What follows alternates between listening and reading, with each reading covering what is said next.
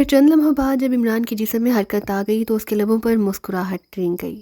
Morgan کا تعلق black tower agency سے تھا، لیکن اس ایجنسی کو اب بس کام ایجنسی میں ضم کر دیا گیا تھا، گو کہ یہ ایجنسی ابھی بلیک ٹاور کے نام سے کام کرتی تھی اور اس کے کئی سیکشن تھے، لیکن اب یہ ایجنسی مکمل طور پر اسکام کے چیف کے احکامات پر عمل کرتی تھی، اور چیف نے مورگن کو بھی کال کر کے عمران اور اس کے ساتھیوں کے بارے میں آگاہ کرتے ہوئے اپنی فورس کے ساتھ الرٹ رہنے کا حکم جاری کر دیا تھا، کیونکہ باس جانتا تھا کہ عمران اور پاکستان سیکرٹ سروس متعدد بار بلیک ٹاور ایجنسی سے ٹکرا چکی تھی، اور بلیک ٹاور کے سیکشن انچارج عمران اور اس کے ساتھیوں کی کارکردگی سے واقف تھے اور انہیں پہچان بھی سکتے تھے۔ چیف نے اسے اور جارج کی بتائی ہوئی پاکستانی فارن ایجنٹ پال میک کی بھی ٹپ دے دی، اور اسے یہ بھی بتا دیا کہ جارج الگ سے پال میک کی نہ صرف نگرانی کر رہا ہے بلکہ اس کے فون کو بھی ٹیپ کر رہا ہے۔ مورگن نے بھی اپنے طور پر پال میک پر نظر رکھی ہوئی تھی، اور اس نے بھی پال میک کے فون ٹیپ کرانے کا انتظام بھی کر لیا تھا۔ مورگن اس وقت اپنے اسپیشل ہیڈ کوارٹر کے آفس میں بیٹھا ہوا تھا، میز پر مختلف رنگوں کے کئی فون موجود تھے۔ اس کا پورا سیکشن اس وقت ناراک میں پاکستانی ایجنٹوں کی تلاش میں سرگرداں تھا۔ انہیں بتایا گیا تھا کہ وہ مشکوک افراد کو چاہے ان کا تعلق کسی بھی ملک سے ہو چیک کرتے رہیں۔ وہ عمران اور اس کے ساتھیوں کے بارے میں بیٹھا سوچ ہی رہا تھا کہ اچانک سرخ رنگ کی فون کی گھنٹی بج اٹھی، تو مورگن نے چونک کر اس فون کی طرف دیکھا اور پھر ہاتھ بڑھا کر ریسیور اٹھا لیا۔ مورگن بول رہا ہوں، مورگن نے سخت لہجے میں کہا۔ کراؤن بول رہا ہوں باس۔ یس کراؤن، کیا بات ہے، کیوں کال کیا؟ مورگن نے اسی طرح تحکمانہ لہجے میں کہا، باس پاکستان کے کسی پرنس آف ڈھمپ کی کوئی اہمیت ہے آپ کی نظروں میں؟ دوسری طرف سے کہا گیا تو مورگن بے اختیار چونک پڑا۔ اس بارے میں تم نے کہاں سے سنا؟ تفصیل بتاؤ، یہ انتہائی اہم مسئلہ ہے، مورگن نے تیز لہجے میں کہا۔ بوس، آپ کے حکم پر ہم ناراک کے ان تمام کلبوں، ہوٹلوں اور بار رومز کے فونز کی چیکنگ کر رہے ہیں۔ کچھ کلبوں اور ہوٹلوں کے فون آپریٹر میرے دوست ہیں، ان میں سے فلیگ کلب کا فون آپریٹر بھی میرا دوست ہے۔ اس کا نام کراڈ ہے، اور کراڈ کی عادت ہے کہ وہ روزانہ اپنی ڈیوٹی آف کر کے میرے پاس ضرور آتا ہے اور ہم اکٹھے بیٹھ کر پیتے پلاتے ہیں۔ آج اس نے آنے کے بعد مجھ سے پوچھا کہ کیا میں ایشیا کے کسی ملک پاکستان کے بارے میں جانتا ہوں، تو پاکستان کا نام سن کر میں چونک پڑا، کیونکہ آپ کے حکم کے مطابق ہم جن ایجنٹوں کو تلاش کر رہے ہیں ان کا تعلق بھی پاکستان سے ہے۔ جس پر میں نے اس سے مزید پوچھ گچھ کی تو اس نے بتایا کہ وہ اس لیے پوچھ رہا ہے کہ اس نے یہ نام آج پہلی بار سنا ہے۔ کسی پرنس آف ڈھمپ نے فون کر کر کہا کہ وہ پاکستان سے بول رہا ہے اور اس نے کلب کے مینیجر مارکم سے بات کرنی ہے، چنانچہ اس نے مارکم سے رابطہ کرا دیا، لیکن یہ نام اس کے ذہن میں اٹک گیا۔ میں نے اس سے پوچھا کہ مارکم سے اس کی کیا بات ہوئی، تو اس نے بتایا کہ وہ مارکم کی کال نہیں سنا کرتا، کیونکہ مارکم انتہائی ظالم اور شفاق آدمی ہے، وہ معمولی باتوں پر آدمی کو مچھر کی طرح مسل کر رکھ دیتا ہے، اس لیے یہ تو معلوم نہیں ہو سکتا کہ کیا بات ہوئی۔ دوسری طرف سے کراؤن نے کہا، کیا کراڈ مارکم سے معلوم نہیں کر سکتا؟ مورگن نے پوچھا۔ نو باس، وہ تو اس کے سامنے نظریں بھی نہیں اٹھا سکتا، اس کے سامنے جانے کا خیال سے ہی اس کی جان نکلتی ہے، کراؤن نے جواب دیا۔ تو پھر تم خود معلوم کرو، مورگن نے کہا۔ سوری باس، آپ کو شاید اس بات کا علم نہیں کہ فلیگ کلب انتہائی خطرناک بدماشوں اور گنڈوں کا گڑ ہے، پھر یہ مارکم تو انتہائی خطرناک ظالم اور بے رحم قسم کا آدمی ہے، سب اسے جلاد کہتے ہیں، اس لیے میں اگر وہاں گیا تو شاید زندہ بچ کر نہ آ سکوں گا۔ البتہ اگر آپ اس مارکم سے معلومات حاصل کرنا چاہتے ہیں تو آپ کو بیلٹ کی خدمات حاصل کرنا پڑیں گی، وہ مارکم کی ٹکر کا بدماش ہے اور مارکم بھی اس سے دبتا ہے۔ کراؤن نے کہا، او کیا ہو گیا ہے تمہیں؟ معمولی باتوں کے لیے کسی آدمی کو ہائر کرنا ہماری توہین ہے۔ ٹھیک، میں خود وہاں جا کر معلومات حاصل کروں گا، مورگن نے کہا۔ نہیں باس، آپ خود وہاں نہ جائیں ورنہ معاملات اوپن ہو جائیں گے، لامحالہ اس پرنس کو اگر اس کی کوئی اہمیت ہے تو یہ معلوم ہو جائے گا کہ آپ نے یہ معلومات حاصل کی ہیں، اس طرح آپ سامنے آ جائیں گے۔ اب اگر آپ چاہتے ہیں تو میں اس مارکم کو اغوا کر کے کسی بھی پوائنٹ پر پہنچا سکتا ہوں، وہاں اس سے پوچھ گچھ ہو سکتی ہے۔ ابھی تو تم کہہ رہے تھے کہ تم وہاں جا نہیں سکتے اور اب کہہ رہے ہو کہ اسے اغوا کرایا جا سکتا ہے، اس دوہری بات کا مطلب کیا ہے؟ مورگن نے حیرت بھرے لہجے میں کہا۔ سوری باس، یہ کام زیادہ آسانی سے ہو سکتا ہے کیونکہ وہاں ایک ایسا آدمی موجود ہے جو فلیگ کلب کے تمام خفیہ راستے جانتا ہے، وہ دولت کا پجاری ہے، اگر اسے بھاری معاوضہ دے دیا جائے تو وہ انتہائی آسانی سے مارکم کو اغوا کر کے کلب سے باہر لا سکتا ہے، اور میں یہ کر سکتا ہوں۔ کراؤن نے کہا، ٹھیک ہے، تم اس سے بات کرو اور پھر مجھے رپورٹ دو کہ کیا وہ ایسا بھی کر سکتا ہے یا نہیں، رقم کی فکر مت کرو، جو وہ مانگے اسے دے دو، مورگن نے کہا۔ یس باس، میں تھوڑی دیر بعد آپ کو دوبارہ کال کرتا ہوں، کراؤن نے جواب دیا، اور مورگن نے اوکے کہہ کر ریسیور رکھ دیا۔ اس کا مطلب ہے کہ یہ عمران اور اس کے ساتھی ابھی تک ناراک نہیں پہنچے، لیکن مارکم سے وہ کیا معلوم کرنا چاہتے تھے یہ بہرحال معلوم ہونا چاہیے، مورگن نے بڑبڑاتے ہوئے کہا، اور پھر تقریباً 1 گھنٹے بعد فون کی گھنٹی بج اٹھی تو مورگن نے ہاتھ بڑھا کر دوبارہ ریسیور اٹھا لیا۔ مورگن بول رہا ہوں، مورگن نے کہا۔ کراؤن بول رہا ہوں باس، دوسری طرف سے کراؤن نے کہا۔ ہاں کیا رپورٹ ہے؟ مارکم اغوا ہو گیا ہے؟ مورگن نے سخت لہجے میں کہا۔ نہیں بوس، اس آدمی نے اتنا بڑا اقدام اٹھانے سے معذرت کر لی، البتہ جب اس نے اس اغوا کا مقصد پوچھا تو میں نے بتا دیا۔ اس نے کہا کہ اگر میں مارکم کی فون کال کے بارے میں معلوم کرنا چاہتا ہوں تو وہ اس کا بندوبست کر سکتا ہے، کیونکہ مارکم کی فون کال ٹیپ ہو جاتی ہے اور یہ ٹیپ صرف وہی حاصل کر سکتا ہے جس پر میں نے اس سے معاوضہ طے کیا، اور ابھی تھوڑی دیر پہلے وہ ٹیپ میرے پاس پہنچ چکی ہے۔ یہ واقعی وہی کال ہے۔ اس کال کے مطابق اس پرنس آف ڈھمپ نے مارکم سے رہائش گاہ، کاریں اور اسلحہ طلب کیا ہے۔ کراؤن نے تفصیل بتاتے ہوئے کہا۔ اوہ، پھر کون سی رہائش گاہ دی گئی؟ Robert colony, Kothi number 18 a block, crown نے جواب دیا۔ اوکے، اب میں خود چیک کرا لوں گا، مورگن نے کہا، اور ریسیور رک کر اس نے سفید رنگ کا فون اٹھایا اور تیزی سے نمبر پریس کرنے شروع کر دیے۔ یس، ایرک بول رہا ہوں، دوسری طرف سے رابطہ قائم ہوتے ہی ایک مردانہ آواز سنائی دی۔ مورگن بول رہا ہوں، مورگن نے تحکمانہ لہجے میں کہا۔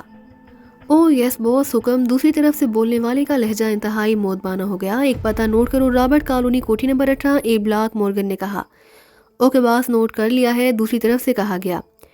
ڈی ایف سسٹم سے اس کوٹھی کو چیک کرا اور مجھے رپورٹ 2 اسپیشل لائن بیان کر دینا، تاکہ کوٹھی کے اندر موجود افراد اگر میک اپ میں ہیں تو بھی انہیں چیک کیا جا سکے، اور یہ بھی ہو سکتا ہے کہ ابھی کوٹھی میں کوئی موجود نہ ہو، لیکن تم نے اس کی مسلسل نگرانی کرنی ہے، مورگن نے کہا۔ صرف نگرانی کرنی ہے اور چیکنگ ہی کرنی ہے باس، یا ان کے خلاف کارروائی بھی عمل میں لانی ہے؟ دوسری طرف سے کہا گیا۔ جو میں نے کہا ہے وہی کرنا ہے، نان سینس، اور یہ سن لو کہ میں اپنے احکامات دہرانے کا عادی نہیں، مورگن نے یکلخت غراتے ہوئے کہا۔ اوہ یس باس، میں سمجھ گیا، دوسری طرف سے سہمے ہوئے لہجے میں کہا گیا، اور مورگن نے ریسیور رکھ دیا۔ نان سینس، میرے احکامات پر عمل کرنے کی بجائے اپنے ہی ہانکتے رہتے ہیں پاگل کتوں کی طرح، نان سینس، مورگن نے غصیلے لہجے میں بڑبڑاتے ہوئے کہا، اور پھر تقریباً آدھے گھنٹے بعد سفید فون کی گھنٹی بج اٹھی تو مورگن نے ہاتھ بڑھا کر ریسیور اٹھا لیا۔ یس، مورگن بول رہا ہوں، مورگن نے کہا۔ باس، رابرٹ کالونی کی کوٹھی نمبر 18 اے بلاک میں 6 افراد موجود ہیں، جن میں 2 عورتیں اور 4 مرد ہیں۔ یہ 6 کے 6 ایکریمین میک اپ میں ہیں، لیکن در حقیقت ایک عورت سوئس نژاد ہے، جبکہ دوسری عورت اور باقی 4 مرد ایشیائی ہیں، اور وہ ایک بڑے کمرے میں موجود ہے۔ اس کوٹھی میں جدید اسلحہ سمیت 2 جدید اور تیز رفتار کاریں بھی موجود ہیں۔ دوسری طرف سے ایرک کی مودبانہ آواز سنائی دی۔ ویری گڈ، اب تم ایک کام کرو کہ فوراً اس کوٹھی میں ٹریک گیس فائر کر دو، اور جب یہ لوگ بے ہوش ہو جائیں تو انہیں وہاں سے اٹھا کر ڈبل ایس پوائنٹ پر پہنچا دو۔ میں روڈو کو ہدایات دے دیتا ہوں، وہ انہیں وصول کر لے گا، البتہ تم نے مجھے رپورٹ دینی ہے، مورگن نے مسرت بھرے لہجے میں کہا۔ یس باس، دوسری طرف سے کہا گیا، اور مورگن نے ریسیور رکھ دیا۔ اس کے چہرے پر مسرت کے تاثرات نمایاں تھے، کیونکہ ایشیائی افراد کا مطلب تھا کہ یہ پاکستان سیکرٹ سروس کے لوگ ہیں، اور وہ سوئس نژاد لڑکی یقیناً ان میں سے کسی کی گرل فرینڈ ہوگی۔ ایک بار تو اسے خیال آیا کہ وہ اس کام ایجنسی کے چیف کو ان کے بارے میں بتا دے کہ جن کے بارے میں وہ اتنا پریشان تھا وہ اتنی آسانی سے اس کے ہاتھوں گرفتار ہو چکے ہیں، لیکن پھر اس نے ارادہ بدل دیا، کیونکہ وہ پہلے اپنے طور پر ان سے بات چیت کر کے ان سے بنیادی معلومات حاصل کر لینا چاہتا تھا۔ اسے معلوم تھا کہ ڈبل ایس پوائنٹ پر پہنچنے کے بعد پھر وہ اس کی مرضی کے بغیر سانس بھی نہ لے سکیں گے، اس لیے وہ مطمئن تھا، لیکن پھر اسے کوئی خیال آیا تو اس نے جلدی سے سفید رنگ کے فون کا ریسیور اٹھایا اور تیزی سے نمبر پریس کرنے شروع کر دیے۔ یس، دوسری طرف سے کرہت آواز سنائی دی۔ مورگن بول رہا ہوں، مورگن نے تیز اور تحکمانہ لہجے میں کہا۔ یس باس، روڈو بول رہا ہوں، اس بار دوسری طرف سے انتہائی مودبانہ لہجے میں کہا گیا۔ ایرک 4 مردوں اور 2 عورتوں کو بے ہوشی کے عالم میں تمہارے ڈبل ایس پوائنٹ پر پہنچائے گا۔ وہ لوگ ایکریمین میک اپ میں ہیں، جبکہ دراصل ان میں ایک عورت سوئس نژاد ہے، جبکہ دوسری عورت اور 4 مرد ایشیائی ہیں، اور یہ سب انتہائی خطرناک سیکرٹ ایجنٹ ہیں، اس لیے تم انہیں وصول کر کے ڈارک روم میں اسپیشل ڈارز والی کرسیوں پر جکڑ دینا اور ان ڈارز کو ڈبل لاکڈ کرنا ہے، مورگن نے کہا۔ یس باس، جب تم یہ سب کچھ کر لو گے تو تم نے مجھے آفس کال کر کے رپورٹ دینی ہے، پھر میں خود پوائنٹ پر پہنچ کر ان سے بات چیت کروں گا، مورگن نے کہا۔ یس باس، دوسری طرف سے کہا گیا تو مورگن نے ریسیور رکھ دیا۔ اب اس کے چہرے پر اطمینان کے تاثرات نمایاں تھے۔ عمران کے جسم میں تیزی سے توانائی بحال ہوتی جا رہی تھی، اور اس نے جکڑے ہوئے جسم کو آہستہ آہستہ حرکت دینی شروع کر دی، جبکہ جولیا اور باقی ساتھیوں کے جسم اسی طرح بے حس تھے۔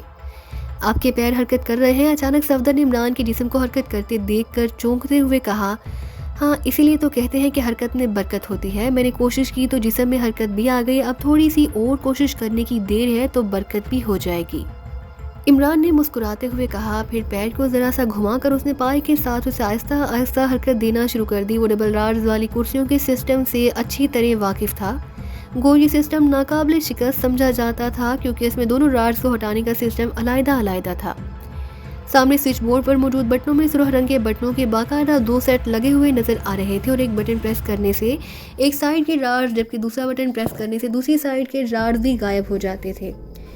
اسی لیے انہیں مکمل طور پر غائب کرنے کے لیے 2 بٹنوں کو پریس کرنے کا سسٹم ضروری تھا، اور اس کے ساتھ ہی سائیڈ کے راڈز کا سسٹم کرسی کے ایک پائے سے دوسرے پائے کے ساتھ منسلک تھا۔ اس لیے اس کو ناقابل شکست سمجھا جاتا تھا کہ زیادہ سے زیادہ ایک سائیڈ کے راڈز کو غائب کر لیا جائے، لیکن دوسری سائیڈ کے راڈز تو موجود رہیں گے اور اس کا فوری علم بھی ہو جائے گا۔ لیکن عمران جانتا تھا کہ انہیں بیک وقت کیسے غائب کیا جاتا ہے، کیونکہ دونوں تاریں ایک پائے کے ساتھ پہنچ کر آگے تقسیم ہوتی تھی، اور عمران اس جگہ کو تلاش کر رہا تھا۔ چند لمحوں بعد اس کے بوٹ کی ٹو نے انہیں تلاش کر لیا۔ عمران نے پیر ہٹا کر ان پر بوٹ کے نچلے حصے کو محسوس انداز میں رگڑنا شروع کر دیا۔ پہلے وہ آہستہ آہستہ رگڑتا رہا، پھر اس نے ٹانگ کو تیزی سے حرکت دینی شروع کر دی۔ باقی ساتھی خاموش بیٹھے تھے، کیونکہ انہیں بہرحال یہ تو معلوم ہو گیا کہ عمران کسی خاص کام میں مصروف ہے۔ چند لمحوں بعد عمران نے پیر ہٹایا، پھر اس نے پیر کو گھما کر پائے کے قریب کیا تو اس کی ٹانگ کو ہلکا سا جھٹکا، اور عمران کے لبوں پر اطمینان بھری مسکراہٹ رنگ گئی۔ اس جھٹکے کا مطلب تھا کہ اس نے جوتے کے نچلے حصے کی رگڑ سے تاروں پر موجود سلوشن اس حد تک کم کر دیا ہے کہ اگر پوری قوت سے دونوں تاروں کو دبایا جائے تو ان کے ملنے سے اس کی کرسی کا پورا سسٹم ہی بریک ہو سکتا ہے۔ سسٹم بریک ہونے کا مطلب تھا کہ وہ ایک جھٹکے میں راڈ سے آزاد ہو جائے گا، اور چونکہ اس کا جسم حرکت میں آ چکا تھا اس لیے وہ اب آسانی سے حرکت میں آ سکتا تھا۔ اس نے بوٹ کو اس انداز میں پائے کے ساتھ رکھ دیا کہ وہ جس وقت چاہے صرف ایڑی کو معمولی سا دبا کر اپنا مقصد حاصل کر سکتا تھا، اور سامنے بیٹھنے والوں کو محسوس ہی نہ ہو سکتا تھا، کیونکہ وہ نہیں چاہتا تھا کہ آخری لمحے تک یہ احساس انہیں ہو سکے کہ عمران ٹھیک ہو چکا ہے۔ پھر اس سے پہلے کہ وہ اپنے ساتھیوں سے کوئی بات کرتا، اچانک دروازہ کھلا اور اس کے ساتھ ہی ایک بھاری جسم کا آدمی اندر داخل ہوا تو عمران نے بے اختیار ایک طویل سانس لیا۔ وہ اسے پہچان چکا تھا، وہ مورگن تھا۔ گو مورگن کا نام سن پر اس کے ذہن میں اس کا خیال آیا، لیکن چونکہ مورگن کا عام سا نام تھا اس لیے وہ خاموش ہو گیا۔ لیکن اب آنے والے اس آدمی کو دیکھ کر وہ پہچان گیا، کیونکہ پہلے اس کا تعلق بلیک ٹاور ایجنسی سے تھا اور کئی بار اس سے ٹکراؤ ہو چکا تھا۔ مورگن کے چہرے پر فتح مندی کی چمک تھی، اور اس کے پیچھے ایک اور نوجوان تھا جس کے چہرے پر خاصی سختی اور درشتی کے تاثرات نمایاں تھے، اور سب سے آخر میں ہیری اندر آیا۔ یہ وہی ہیری تھا جس سے عمران نے باتیں کی اور جو اس کے ساتھیوں کو ہوش میں لانے کے لیے انجیکشن لگا رہا تھا۔ اب اس کے ہاتھ میں مشین گن تھی۔ وہ دونوں کی سائڈ پر رک گیا، جو کہ مورگن اور دوسرا آدمی سامنے پڑی ہوئی کرسیوں پر آ کر بیٹھ گئے۔ مجھے پہچانتے ہو عمران؟ مورگن نے عمران کی اور دیکھتے ہوئے مسکراتے ہوئے کہا۔ نہیں، میں تمہیں نہیں پہچانتا مورگن، عمران نے مسکراتے ہوئے کہا تو مورگن کی مسکراہٹ اور گہری ہو گئی۔ نہیں پہچانتے، اس کے باوجود میرا نام جانتے ہو، مورگن نے اسی طرح مسکراتے ہوئے کہا۔ وہ بس تمہیں دیکھ کر مجھے پیکاک یاد آ گیا۔ ہماری زبان میں پیکاک کو مور کہتے ہیں، لیکن ہمارے ملک میں بلکہ پوری دنیا میں ایسا کوئی مور نہیں جس کے پاس گن ہوتی ہے۔ پھر نہ جانے تم نے اپنا نام مورگن کیوں رکھا ہوا ہے۔ تمہارے پاس بھی مور کی طرح گن نہیں تھی، اس لیے میں نے ایسے ہی تمہارا نام لے دیا، عمران نے کہا۔ میں تمہاری احمقانہ باتوں کا برا نہیں مناؤں گا عمران، کیونکہ تم اس وقت میری قید میں ہو اور مجھے تم سے پچھلے حساب بے باک کرنے ہیں، مورگن نے کہا۔ پچھلے حساب؟ ارے ہاں، یاد آیا، ایک بار میں تمہیں کریمیا کے ایک مہنگے ترین ہوٹل میں لے گیا۔ میں نے ہوٹل میں تمہیں کھانا کھلایا، کافی بھی پلائی، اور پھر میں بل دیے بغیر وہاں تمہیں اکیلا چھوڑ کر بھاگ گیا۔ تم شاید اسی حساب کی بات کر رہے ہو، عمران نے کہا تو مورگن بے اختیار ہنس پڑا۔ میں اس حساب کی بات کر رہا ہوں جس کی وجہ سے تم نے مجھے اور بلیک ٹاور کو نقصان پہنچایا تھا، مورگن نے کہا۔ او اچھا، ویسے ایک بات بتاؤ کہ تم نے ہمیں کیسے ٹریس کر لیا؟ مجھے واقعی حیرت ہو رہی ہے، عمران نے کہا تو مورگن کے چہرے پر یکلخت فاتحانہ تاثرات ابھر آئے۔ اس میں تمہاری ہی غلطی تھی عمران، تم نے فلیگ کلب کے مارکم سے رہائش گاہ حاصل کرنے کے لیے فون کیا، اس میں تم نے پرنس آف ڈھامپور پاکیشا کے الفاظ استعمال کیے، اور اتفاق سے فلیگ کلب کا فون آپریٹر میرے سیکشن کے ایک آدمی کا دوست تھا۔ وہ پاکیشا کے بارے میں نہ جانتا تھا، اس لیے اس نے میرے آدمی سے پوچھ لیا، جو کہ میں نے سارے سیکشن کو الرٹ کیا ہوا تھا کہ تم لوگ پاکیشا سے یہاں آنے والے ہو۔ اس لیے اسے مجھے کال کر کے جب پرنس آف ڈھم کا نام لیا تو میں سمجھ گیا کہ یہ تم ہو۔ مارکم انتہائی اصول پسند آدمی ہے اور ہم اسے الرٹ نہ کرنا چاہتے تھے، اس لیے خفیہ طور پر یہ فون ٹیپ حاصل کی گئی۔ اس سے مجھے معلوم ہو گیا کہ تم رابرٹ کالونی میں ہو، اور پھر میرے آدمیوں نے باہر سے ایک خصوصی مشین کے ذریعے چیکنگ کی اور اس مشین نے میک اپ کے باوجود تمہارے اصل چہرے ظاہر کر دیے، پھر تمہیں وہاں بے ہوش کر کے یہاں لایا گیا، مورگن نے پوری تفصیل بتاتے ہوئے کہا۔ ویری گڈ، اس کا مطلب ہے کہ تم نے اب واقعی ترقی کی منزلیں طے کرنی شروع کر دی ہیں، لیکن بلیک ٹاور کا ہماری نگرانی یا ہمارے خلاف کام کرنے کا مقصد سمجھ میں نہیں آیا۔ ہم نے تو یہاں آ کر ایسی کوئی کارروائی نہیں کی کہ تمہیں ہمارے خلاف اس طرح ان ایکشن ہونا پڑے۔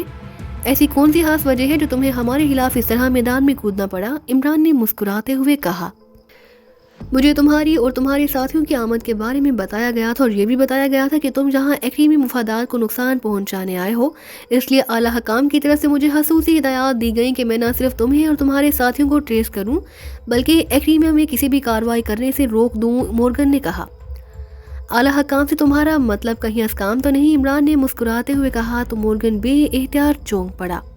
اسکام؟ کیا مطلب؟ یہ اسکام کیا ہے؟ مورگن نے جواب دیا، لیکن عمران نے صاف محسوس کر لیا کہ وہ جان بوجھ کر انجان بننے کی کوشش کر رہا ہے۔ میں اقلیمہ کی سب سے بڑی فعال اور طاقتور ٹاپ سیکرٹ ایجنسی کی بات کر رہا ہوں جسے اسکام کہتے ہیں، عمران نے منہ بناتے ہوئے کہا تو مورگن بے اختیار اچھل پڑا۔ کیا کہہ رہے ہو؟ کیا مطلب؟ میں کسی اسکام ایجنسی کے بارے میں نہیں جانتا اور نہ ہی میرا ایسی کسی ایجنسی سے کوئی تعلق ہے۔ تم ہمہا اندھیرے میں تیر چلانے کی کوشش مت کرو، میں تمہاری باتوں کے جھانسے میں آنے والوں میں سے نہیں ہوں، مورگن نے وسیلے لہجے میں کہا۔ جھوٹ بولنے کا بھی سلیقہ ہوتا ہے مورگن، تم واقعی خود کو ایک معصوم سا میرا مطلب ہے پیکاک سمجھتے ہو، ایسا پیکاک جسے کسی نے جنگل میں ناچتے ہوئے نہیں دیکھا، عمران نے کہا تو مورگن بے اختیار ہنس پڑا۔ میں جھوٹ نہیں بول رہا، مورگن نے منہ بنا کر کہا، اس سے بڑا جھوٹ کیا ہو سکتا ہے کہ تم اقلیمہ کی بلیک ٹاور ایجنسی کے اسپیشل سیکشن کے انچارج ہو اور تمہیں اس بات کا علم ہی نہیں کہ اقلیمہ میں اسکام نام کی بھی کوئی ایجنسی موجود ہے جو اس وقت کی سب سے بڑی اور منظم ایجنسی ہے، عمران نے منہ بنا کر کہا تو مورگن پہلے اس کی طرف غور سے دیکھتا رہا، پھر وہ بے اختیار ہنس پڑا۔